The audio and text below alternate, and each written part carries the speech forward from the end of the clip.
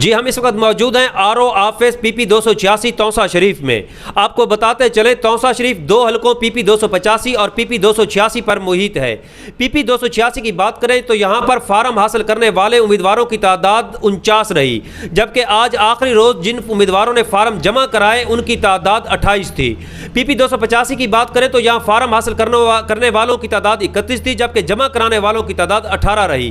اہم امیدواروں کی طرف آئے تو پی پی 286 میں پاکستان تحریک انصاف کے ایم این اے جو سٹنگ ایم این اے ہیں خواجہ شیراز محمود، سابق وزیر اعلیٰ پنجاب سردار عثمان احمد خان بزدار، خواجہ نظام المحمود، محترمہ شمونہ امرین کیسرانی، سردار میر بادشاہ کیسرانی، محترمہ راشدہ فرحان بھٹا، ملک فرحان بھٹا، مظہر محمود ایڈوکیٹ اور دیگر شامل رہے.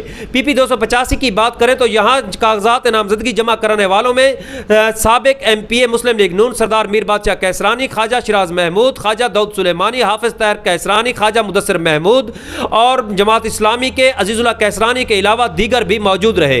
دلچسپ صورتحال توسا کے دونوں حلقوں میں یہ ہے کہ تین بڑی سیاسی جماعتیں پاکستان مسلم لیگ نون، پاکستان تحریک انصاف اور پاکستان پیپل پارٹی اس وقت واضح طور پر دو دھڑوں میں منقسم نظر آتی ہیں.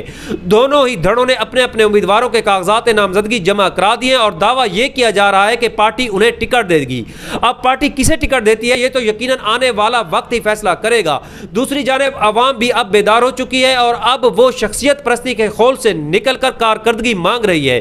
کارکردگی کس کی بہتر رہی گزشتہ 4-5 سالوں میں یہ فیصلہ بھی اب عوام ہی نے کرنا ہے، اور یقینی بات یہی ہے کہ جس کی کارکردگی بہتر ہوگی وہی ووٹ کا حقدار ٹھہرے گا.